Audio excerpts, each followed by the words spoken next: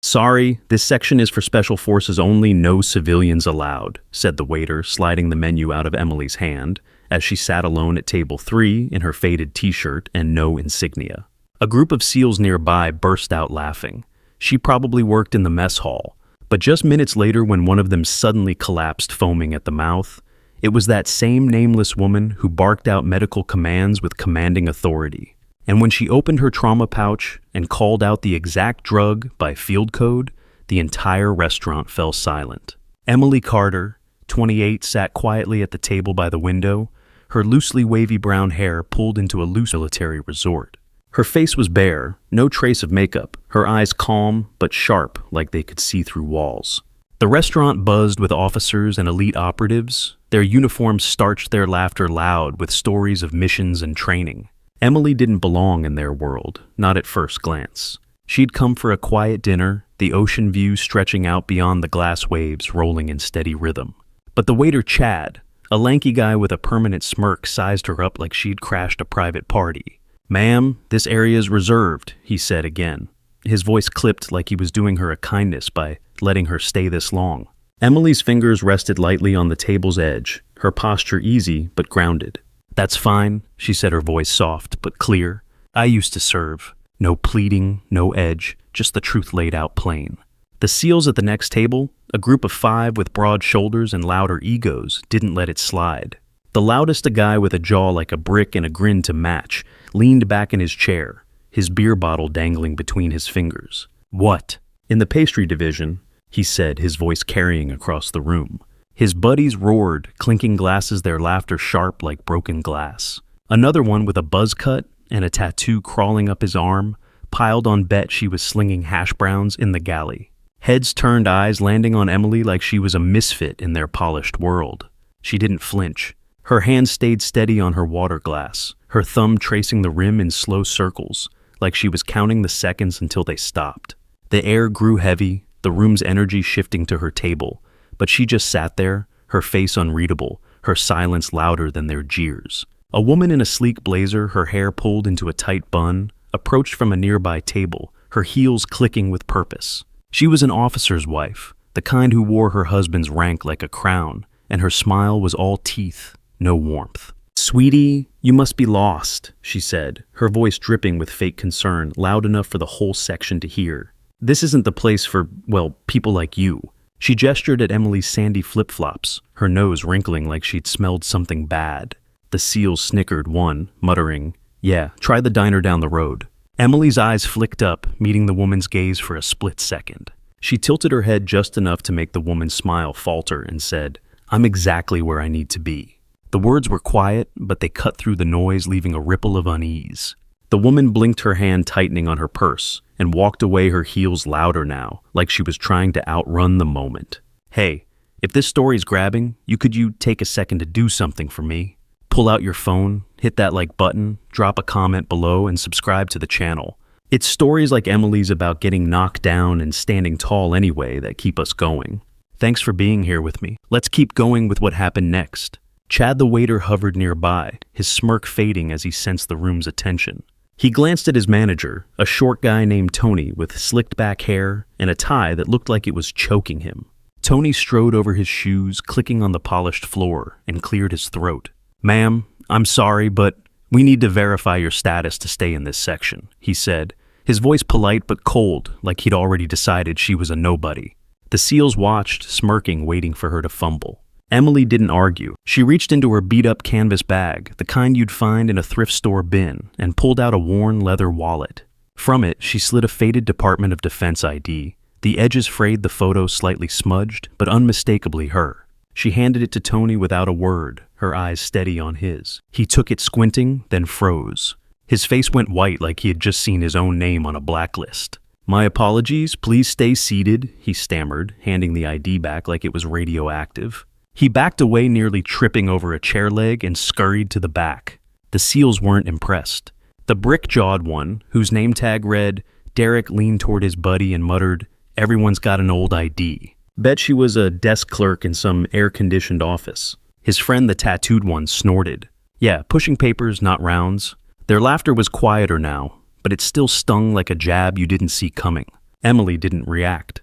She unfolded her napkin, smoothed it across her lap, and took a slow sip of water. Her fish arrived a simple grilled snapper with a side of rice, and she started eating her movements precise, like she was carving out a moment of peace in the middle of their storm. The room kept buzzing, but it felt like a spotlight was on her every glance waiting for her to crack.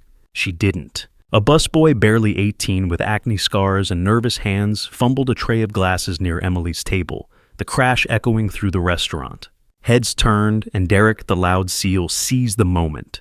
"Hey kid, she'll clean it up," he called out, pointing at Emily. "Bet she's used to mopping floors." The room laughed, the sound harsh like gravel under boots. The busboy's face flushed red, his eyes darting to Emily, who was still eating her fork steady. She paused, set her fork down, and slid out of her chair. Kneeling beside the boy, she picked up a shard of glass, her movements calm, deliberate. "You okay?" she asked him, quietly, her voice low enough that only he could hear. He nodded, his hands shaking as he gathered the rest. Emily stood, handed him the shard, and returned to her seat without a word. The room watched the laughter dying, replaced by a tense silence. Derek's grin faded, his eyes narrowing like how he had just lost a game he didn't know he was playing. Then came the moment that shifted everything. Derek, the seal with the loud mouth, stood up grinning like he was about to win a bet. "Oh no, I'm fainting?" he mocked, clutching his chest and staggering dramatically. He dropped to the floor, sprawling out like a kid playing dead, his buddies howling with laughter. "Let's see how that lady handles this," one of them, a lanky guy with a sunburned neck named Mike, called out, pointing at Emily. The room gasped, then chuckled, the tension breaking into cruel amusement. A waitress, a young woman with wide eyes and a tray of drinks, froze her hands, shaking. Someone yelled, "Call 911. Then Mike, his voice sharp with sarcasm, added, "Or maybe she can help." The words landed like a challenge, daring her to prove herself. Emily set her fork down, her eyes flicking to Derek, still playing it up on the floor. But then his movements changed. His arms jerked, his face twisted, foam bubbling at his lips. The laughter stopped. Derek wasn't acting anymore. Emily was on her feet before anyone could process it. Her flip-flops slapped the floor as she dropped to her knees beside him, her hands moving with a calm that felt almost unnatural. She yanked off her belt, looped it behind Derek's shoulders, and rolled him onto his side to keep his airway clear. "Who has an EpiPen or diazepam? Hurry." She barked, her voice sharp and steady, cutting through the chaos like a knife. The room Derek's pocket, pulling out a blood tag clipped to his belt. She scanned it, her lips moving slightly as she read. "Shellfish allergy," she said almost to herself. "Someone get ice. Now." A busboy, the same kid from before, scrambled to the kitchen, his earlier embarrassment forgotten. Emily propped Derek's legs up on a chair, her hands fast but precise, like she had done this in the dark under gunfire. When the medics burst through the door, they stopped short, staring at her work. One of them, a grizzled guy with a paramedic patch, shook his head. "She just saved his life," he said, his voice low, like he couldn't believe it himself. The restaurant was dead silent, the kind of quiet where you can hear your own heartbeat. Emily stood brushing her hands on her shorts and walked to the sink behind the bar. She washed her hands slowly, methodically, the water running clear as she scrubbed away the moment. The medics wheeled Derek out, his breathing steady now, the stretcher rattling against the floor. A nurse, young and frazzled, jogged over to Emily as she dried her hands on a paper towel. "Are you a rescue worker?" she asked, her voice trembling like she was afraid to hear the answer. Emily shook her head, her expression calm but distant. "I used to lead operations at the front," she said, like it was just a fact, not a boast. The lead doctor, a tall man with a clipboard and a frown that said he didn't trust easy, overheard. "Which front?" he asked, his tone sharp like he was waiting for her to slip up. Emily didn't answer right away. She folded the paper towel, dropped it in the trash, and walked back to her table, her flip-flops leaving faint wet marks on the floor. As Emily sat back down, a young soldier at the bar, his uniform still creased from the day's drills, leaned toward his friend, his voice loud enough to carry. "Bet she's just some wannabe who read a first aid manual," he said, his laugh forced like he was trying to win back the room's approval. His friend nodded, but his eyes kept darting to Emily, uncertain. She picked up her fork, her movements slow, and took a bite of her fish, now cold. But then she paused, her gaze lifting to a small photo tucked into the corner of her wallet, visible only to her. It was a group of medics, their faces tired but fierce, standing in a desert somewhere far away. Her finger brushed the edge of the photo, lingering for a moment before she closed the wallet with a soft snap. The soldier's laugh faltered, his friend nudging him to shut up. The room felt heavier, like the air itself was holding its breath, waiting for what came next. The SEALs at the next table were quiet now, their beers untouched, their faces tight. But one of them, a captain named Greg with a buzz cut and a voice like gravel, wasn't ready to let it go. He stood, his arms crossed, and walked over to Emily's table. "So, you're the legend, huh?" he said, his smirk dripping with disdain. "If you're so great, why are you eating alone?" His voice carried heads turning again. "Why not wear your uniform in public so we can all bow down?" Another soldier, younger with a nervous laugh, piped up. "Maybe she got kicked out." Greg grinned, egging him on. Emily didn't flinch. She looked at him, her eyes steady, like she was watching a storm pass over a desert. "I don't need a uniform to know who I am," she said quietly. The words landed like a punch. Greg's smirk faded and he walked away, his boots heavy on the floor. Across the room, a silver-haired lieutenant colonel had been watching from a corner booth. He'd stayed quiet through the whole scene, his eyes fixed on Emily like he was piecing together a memory. Now he stood, his uniform crisp, his posture rigid, and walked toward her. He stopped a few feet away, his face pale like he'd seen a ghost. "Carter, it can't be," he murmured. Emily looked up, her fork pausing midair. He leaned closer, lowering his voice. "You were in Raqqa 2017, weren't you?" She held his gaze, then gave a small nod, barely noticeable. The colonel's hands shook slightly as he pulled out his phone, scrolling to a grainy photo. It showed a strike team in desert gear, faces blurred, standing in front of a bombed-out building. "You were the lead tactical medic of Operation Black Tide," he whispered. "They never released your name." The soldiers nearby stopped talking. The air felt heavy, like the room was waiting for her to confirm or deny it. Emily just set her fork down and looked out the window at the ocean. The moment hung there, fragile like a glass about to tip. Emily's fingers brushed the edge of her plate, her eyes distant, like she was seeing something beyond the waves. The colonel didn't push her. He just stood there, his phone still in his hand, the photo glowing faintly on the screen.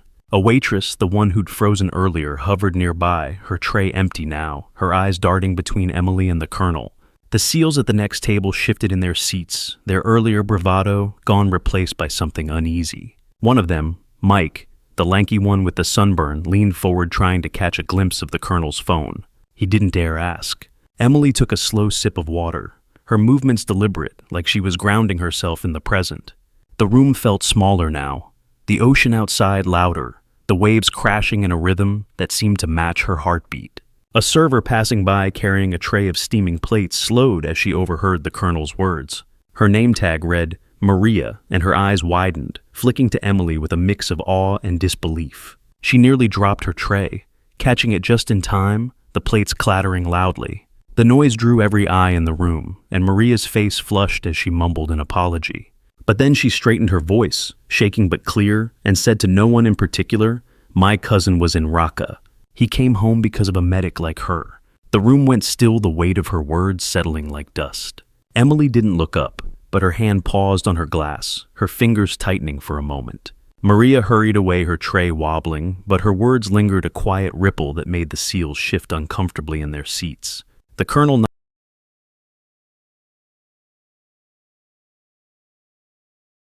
again, his voice softer now, almost reverent. "You saved my team that night," he said, his eyes locked on hers. "We lost 3, but it would have been all of us without you." Emily's hand paused on her glass, her knuckles whitening for just a second before she set it down. She didn't look at him, didn't acknowledge the weight of his words. Instead, she picked up her fork, speared a piece of fish, and took a bite, chewing slowly. The colonel didn't push. He nodded like he understood her silence and stepped back to his booth, his boots quiet on the floor. The restaurant started to hum again, conversations picking up, but it wasn't the same. The SEALs kept their voices low, their eyes flicking to Emily's table like they were waiting for something else to happen. Then Greg, the SEAL captain, tried again. He couldn't let it go. He walked back to her table, his arms still crossed, his posture screaming defiance. "So what's the deal?" he said, loud enough for the whole room to hear. "You're some big shot medic, but you're sitting here like a nobody. What, you wash out or something?" His voice was sharp, like he was trying to claw back the control he had lost. A younger soldier, a kid with a buzz cut and nervous eyes, laughed too loud trying to impress him. "Yeah, maybe she's just here for the free food," he said, then shrank back when Greg shot him a look. Emily didn't respond right away. She finished chewing, set her fork down, and looked up at Greg. Her eyes were calm, but there was something in them that made him step back. "I'm just here to eat," she said, her voice low, each word measured. "What's your excuse for being here?" The room went quiet again, the kind of quiet that makes your skin prickle. Greg opened his mouth, then closed it and walked away. The lieutenant colonel wasn't done. He came back this time with an envelope in his hand, the seal of the Joint Command embossed on the front. He set it on her table, his movements careful like he was handling something fragile. "They'd like you to return," he said, his voice steady but heavy, "to lead field medical operations again." Emily froze, her hand hovering over her water glass. She stared at the envelope, her face unreadable like she was seeing a road she'd already walked down. The room was so quiet you could hear the clink of a spoon across the restaurant. After a long moment, she pushed the envelope back, her fingers, gentle but firm. "I've done my part," she said softly. "Now, I just want to eat in peace without judgment from uniforms or scars." The colonel nodded, his eyes heavy with respect, and stepped back. The server, a young woman named Lisa with trembling hands, brought Emily's dessert, a slice of key lime pie, and set it down like it was a sacred offering. Lisa lingered for a moment, her hands twisting the edge of her apron. "I saw what you did," she whispered, her voice barely audible. "My brother's in the service. He says people like you're the ones who keep them alive." Emily looked up, her eyes softening for the first time that night. She nodded just once and Lisa backed away, her cheeks flushed. The restaurant was quieter now. The seals subdued their earlier laughter, replaced by murmurs. Emily took a bite of her pie, the tartness sharp on her tongue, and looked out at the ocean again. The waves were darker now, the sun dipping low, casting long shadows across the sand. She reached into her bag, her fingers brushing against something small and hard. A dog tag, not hers, but someone else's. She didn't pull it out, just let her fingers rest there, her face still. Across the room, a young guy by the window, barely out of his teens, thought he was clever. He pulled out his phone, angled it toward Emily as she smiled at a little girl coloring at the next table. The girl had dropped her crayon, and Emily handed it back, her smile soft like a flicker of something warm. The guy snapped the photo, typed something fast, and sent it to a private group chat. By the time Emily's pie was half eaten, her phone buzzed. She glanced at it, her face unchanged. The message showed the photo captioned, "Here's the loudmouth nurse from last night." A comment below read, "Next thing she'll be in a TikTok saying she saved a whole battalion." Someone had slapped a clown emoji over her face. Emily's thumb hovered over the screen. Then she deleted the message, set her phone down, and took another bite of pie, her movement steady like the waves outside. As Emily ate, a man in a crisp polo shirt, his watch glinting under the restaurant's lights, leaned over from a nearby table. He was a contractor, the kind who made millions off military deals, and his voice was smooth like he was used to being heard. "You know, you don't look like much, but you've got some guts," he said, his tone patronizing, like he was tossing her a compliment she should be grateful for. "Why don't you tell us your story? Bet it's a good one for the blog." His wife, dripping in jewelry, giggled, her phone already out, ready to record. Emily's fork paused, her eyes flicking to the man, then to his wife's phone. She set her fork down, leaned back and said, "Some stories aren't for sale." The man's face froze, his wife's smile vanishing as she lowered her phone. The room watched, the air thick with the weight of her words, and the couple retreated, their confidence crumbling like sand. The night wore on, the restaurant emptying out, the clatter of dishes fading. Emily stayed her plate, cleared her water glass half full. She leaned back in her chair, her eyes on the ocean, her fingers tapping lightly on the table. The seals had left their table littered with empty bottles and crumpled napkins. Lisa, the server, came by to clear Emily's plate, her hands steadier now. "You need anything else?" she asked, her voice soft like she was talking to a friend. Emily shook her head, a small smile tugging at her lips. "Just the check," she said. Lisa nodded and walked away, but not before glancing back like she wanted to say more. The manager, Tony, hovered near the bar, watching Emily like he was afraid she'd vanish. He'd hesitant, his eyes fixed on the floor. "Ma'am," he said, his voice barely above a whisper, "the cook made this for you." On the house. Inside the bag was a slice of homemade cornbread, still warm, wrapped in foil. Emily looked up, her eyes meeting his, and for a moment the room seemed to fade away. She took the bag, her fingers brushing his, and said, "Tell him thank you." The boy nodded a shy smile, breaking through, and hurried back to the kitchen. The gesture was small, but it landed like a life. Next morning, Derek was awake in the hospital, groggy, his throat raw. He looked at the nurse changing his IV and whispered, "Was that Shadow 9?" The nurse blinked, confused. "What did you say?" Derek coughed, his voice weak. "Her Shadow 9. She saved me in Kandahar." The nurse didn't know what to make of it, but she passed the word along. By noon, it had reached the restaurant. The SEALs who'd mocked Emily were there, nursing hangovers and cold coffee. When the story hit, they froze. Greg the captain stood up his chair, scraping the floor. One by one, the others followed. They didn't say anything. They just bowed their heads, their hands clasped in front of them like they were standing at a grave. The consequences came quietly, but they came. Greg the SEAL captain got a call from his commanding officer that afternoon. By evening, he was packing his bags, his billet reassigned to a desk job in a nowhere base. Hawkins, a stocky guy with a permanent scowl, found himself cut from an elite training program after his comments from the night before were leaked in a grainy video online. His name trended on a military forum not for bravery, but for shame, and his sponsorship vanished like smoke. The young soldier who'd laughed about logistics officers got a private dressing down from his squad leader, who'd seen the black-tied photo. "You don't talk about her like that," he said, his voice low and final. "You don't even breathe her name." The kid's face burned, and he didn't meet anyone's eyes for days. Emily didn't see any of this. She was already gone, her canvas bag slung over her shoulder, walking along the beach outside the resort. The sand was warm under her feet, the waves steady like they were washing away the night's weight. She stopped once, pulling a small photo from her bag, a faded shot of her younger self in desert camo standing next to a medic truck. Her hair was shorter, then her face harder, but her eyes were the same. Calm, steady. She tucked the photo away and kept walking, her flip-flops sinking into the sand. The ocean stretched out endless, the horizon blurring into the sky, and she let herself breathe the air salty and sharp. Later that day, her husband arrived. He didn't make a scene. He didn't need to. When he walked into the resort's lobby, tall and quiet, his boots scuffed from years in the field, the room shifted. The staff straightened their hands, smoothing aprons. The soldiers at the bar lowered their voices, their eyes darting to him. He wasn't in uniform, just jeans and a plain black shirt, but his presence was like a storm rolling in. He found Emily outside sitting on a bench by the water, her bag at her side. She didn't turn, but she knew he was there. He sat beside her, his hand resting on the bench close to hers, but not touching. "Heard you saved someone," he said, his voice low like he was commenting on the weather. She nodded, her eyes on the horizon. "Just dinner," she said, a faint smile in her voice. He chuckled just a flicker, and they sat there, the waves rolling in steady and sure.